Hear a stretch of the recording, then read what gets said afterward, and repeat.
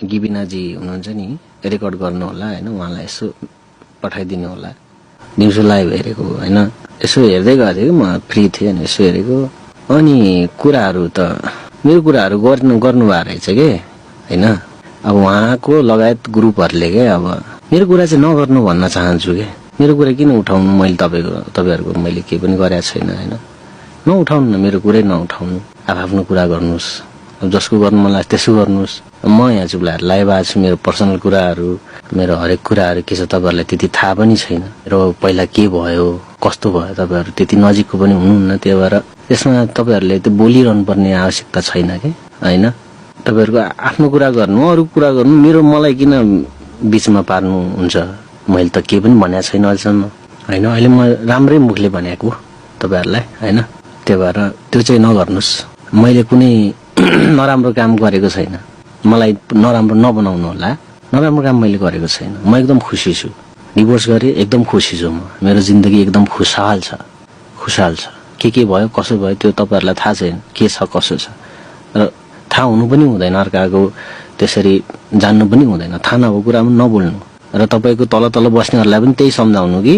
ग्रुपमा तपाईको जति पनि लाइभमा आएको छ सम्झाउनु सुरेशको बारेमा नबोल्नु होला अरु जसको बारेमा बोले पनि मलाई के मतलब छैन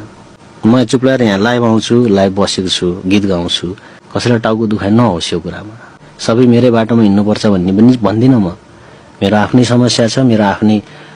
प्रब्लम थियो मेरो आफ्नै हिसाबले मैले त्यसलाई ट्याकल गरे र अहिले म एकदम खुसी छु मेरो जिन्दगीमा एकदमै ह्यापी हैन फेरि त्यही कुरा तपाईहरुले कोट्याउन थाल्नु भयो भने फेरि म पनि कोट्याउन थाल्छु फेरि हैन अहिले चाहिँ म राम्ररी भनिरहेको छु हैन अब यसलाई नराम्ररी पनि मैले भन्न सक्छु होला त्यही भएर चाहिँ अहिले तपाईहरु त्यो कुरालाई चाहिँ अलिकति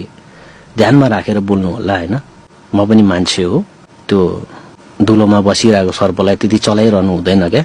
बुझ्नु भयो नि त्यो कुरा चाहिँ याद राख्नु होला फेरि गाह्रो हुन्छ तपाईहरुलाई नि गाह्रो हुने हो हैन त्यही भएर मलाई चाहिँ नचलाउनु होला अरु जसलाई चलाएर मलाई के मतलब छैन हैन को कहाँ हो के हो मलाई कसै के मतलब पनि छैन मेरो बारेमा नबोल्नु होला प्लिज सन्देश यति हो मेरो बारेमा नबोल्नु होला मेरो बारेमा कुरै नगर्नुस् त्यति हो झगडा गरी मुक्का खाई मुक्का हानी सम्बन्धमा बस्नु पर्छ भन्ने छैन कुनै लेखेको छैन हैन त्यसरी बस्नु भन्दा नबस्नु छुटिनु जाति हो है मेरो यो मान्ने हो त्यही भएर तपाईहरु यो जबरजस्ती मेरो कुरा उठाएर मेरो आफ्नै समस्या थियो आफ्नै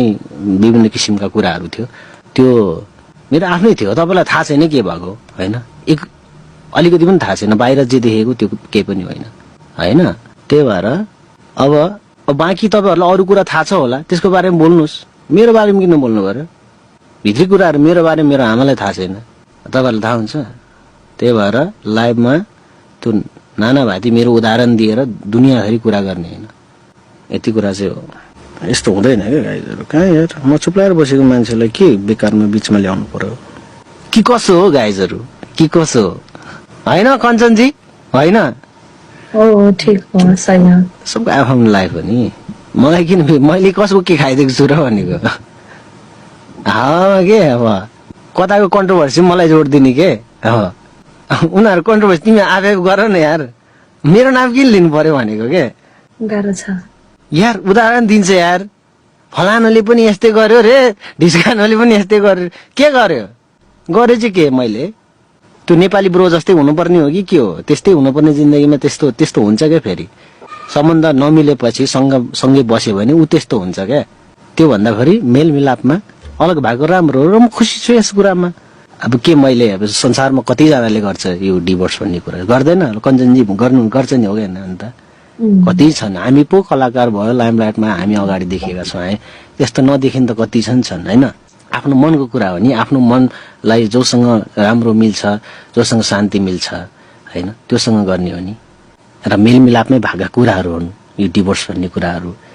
मेलमिलापमै भागो उसले सर्टेन अमाउन्ट माग्यो मैले त्यो अमाउन्ट दिए उ खुसी छ म खुसी छु मेरो लाइफमा म सिंगल छु अरूले किन टाउ दुखाउनु पर्यो किन दुखाउनु पर्यो दुनियाभरको मान्छे बटुलेर मेरो बारेमा बोल्नु पर्छ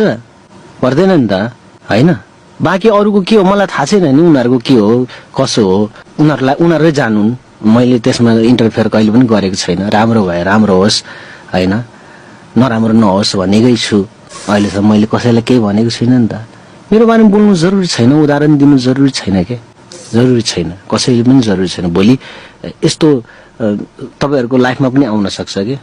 सबैको आफ्नो लाइफ छ, सबैको हस्बेन्ड हुन्छ, सबैको वाइफ हुन्छ। हरेक हस्बेन्ड वाइफको जीवनमा एउटा मोडमा यस्तो आउँछ कि त्यतिखेर छुट्यौं भन्ने कुरा यस्तो आउँछ। हरेक हस्बेन्ड वाइफको जीवनमा एक मोडमा आउँछ। त्यतिखेर त्यो परीक्षा हो कि यिनीहरू साँच्चीकै दिलबाटै जुडेको छ कि छैन भन्ने कुरा त्यसपछि थाहा हुन्छ। मिल्यो भने मिल्यो, छुट्यो भने छुट्यो। त्यो कुरा बुझ्नु जरुरी छ गाइजहरु। अब मैले धेरै कुरा भन्न सक्छु यहाँ हैन, त्यो राम्रो हैन है। मेरो बारेमा कुरै नगर्नु मैले भनिसक्यो। आफ्नो कुरा गर्नुस्, आफ्नो घर सम्हाल्नुस्, आफ्नो गर्नुस्। यो दुलम बसेको सर्पलाई धेरै नचल्लाउनु होला। फेरि सुरेश लाम पहिलाको जस्तो छैन, फेरि चुप्लाएर बस्ने खालको हैन। आउँछ फेरि भाड भैलो मचाउँछ जान्छ, फेरि तपाईहरुलाई नै गाह्रो कुरा हो यो। कुरो बुझ्नु जरुरी छ। डबल हाम्रो देशमा बलात्कारीलाई छुट्टै सजाय दिने कानूनमा के त्यस्तो व्यवस्था छ? उही जेलमा जाने ग्वाम मासु भात खाएर लामखुट्टे जस्तो सुके नास ज्यान भएको बलात्कारी अर्ना भैँसी जस्तो भएर निस्किनु बाहेक अरू ठूलो उपलब्धि मैले केही देखिन। सभामुख महोदय, जब बलात्कारको घटनाहरू यो समाजमा सार्वजनिक हुन्छन् तब सडकमा भनिन्छ कडा सजाय दे, कडा सजाय दे, कडा सजाय दे। आज म भन्न गइरहेको छु कडा सजाय भनेको के हो? सभामुख महोदय, नम्बर 1 फाँसीको व्यवस्था, नम्बर 2 फाँसीको व्यवस्था गर्न नसके जेल लाने तर खानपिन गर्न नदिने, नम्बर 3 माथिको 2वटा व्यवस्था लागू गर्न नसके बलात्कारीले आफ्नो शरीरको जुन अङ्ग प्रयोग गरेर बलात्कार गरेको हो सो अङ्गको छेदन। सभामुख महोदय, अपराधीले गरेको क्रूरता हेरेर सोही अनुसारको कानूनको अवस्थामा परिवर्तन नभएसम्म 12 कि 3 वर्ष कि गरिमा चौधरी र कञ्चनपुर कि 13 वर्ष कि निर्मला पन्त जस्ता नानीहरूको आत्माले न्याय र शान्ति पाउने छैनन्।